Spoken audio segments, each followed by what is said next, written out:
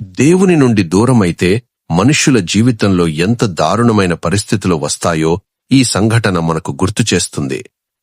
2 రాజులు 6:24-30. షోమ్రోను పట్టణం శత్రువుల చేత ముట్టడించబడింది. ఆహారం లేకపోవడంతో తీవ్రమైన కరువు వచ్చింది. ప్రజలు ఆకలితో బాధపడుతూ చాలా దుర్దశలో ఉన్నారు. గాడిద యొక్క తల 80 రూపాయలకును, అరపావు పావురపు రెట్ట 5 రూపాయలకును అమ్మబడుతుంది. వారు అంత కఠినముగా ముట్టడి వేసి ఉన్నారు. ఒకరోజు రాజు పట్టణ గోడ మీదుగా వెడుతున్నప్పుడు ఒక మహిళ అతనికి మొరపెట్టుకుంది. ఆమె చెప్పింది, ఈ స్త్రీ నేను ఒక ఒప్పందం చేసుకున్నాం. ఈ రోజు నీ కుమారుడిని చంపి తిందాం, రేపు నా కుమారుడిని చంపి తిందాం అని. మేము నా కుమారుడిని చంపి వంట చేసుకుని తిన్నాం. కాని ఈరోజు ఆమె తన కుమారుడిని ఇయ్యక దాచేసింది.